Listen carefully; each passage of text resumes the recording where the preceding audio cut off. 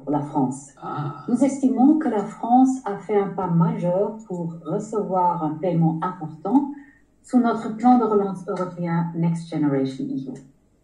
Car la France a effectivement fait des progrès rapides dans la mise en œuvre de son plan de relance national. Dès que les États membres auront donné leur accord, nous allons débourser 7,4 milliards d'euros. La France est en effet engagée dans des réformes majeures, notamment pour assainir les finances publiques, rendre le système d'assurance chômage plus robuste, ou encore décarboner le transport et l'industrie. La France a aussi commencé à investir dans des projets ambitieux comme la rénovation énergétique, l'innovation technologique ou encore l'emploi des jeunes avec l'apprentissage. Ce sont des projets tournés vers le futur que l'Europe est fière de financer. La France recevra en tout près de 40 milliards d'euros au titre de Next Generation EU. Alors, ce premier paiement est, j'en suis sûre, le début d'un succès français soutenu par l'Europe. Nous sommes ensemble pour la relance.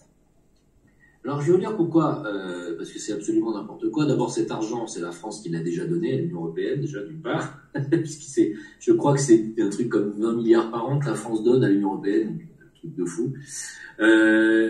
Et donc, ils croient nous faire un cadeau en nous rendant 7 milliards par an. Mais c'est déjà même pas le tiers de ce qu'on en renvoie déjà. Donc déjà, ça me fait marrer. Primo. Deuxièmement, quand elle dit la France a fait des avancées dans le domaine de l'énergétique. Et la France va reconstruire des centrales nucléaires. De quoi elle parle? Dans le domaine de quoi? De l'emploi pour la jeunesse? Mais tout le monde est en train de crever la dalle. Qu'est-ce qu'elle raconte? Mais qu'est-ce que c'est que cette magouille? Alors pourquoi ils font ça? Ils font ça pour que les Français se disent « Ah bah tu vois, grâce à l'Europe, chérie, tu vois, on va s'en sortir. Je te l'ai dit, la France, à côté du reste des pays du monde, elle est toute petite. Donc si on n'est pas dans une structure genre Union européenne, la France, elle n'a pas de quoi lutter contre les géants que sont les Chine, la Russie, les États-Unis. On peut pas lutter. On peut pas lutter. Ah bon? Alors comment fait la Suisse? Tu sais pas. Voilà. Ah mais la Suisse, ils sont pas dans le G5, dans le G7, ils n'ont pas le même pouvoir que la France. Ah non. Non, mais le salaire minimum en Suisse, il est de 3 700 €. Comment ils font, alors?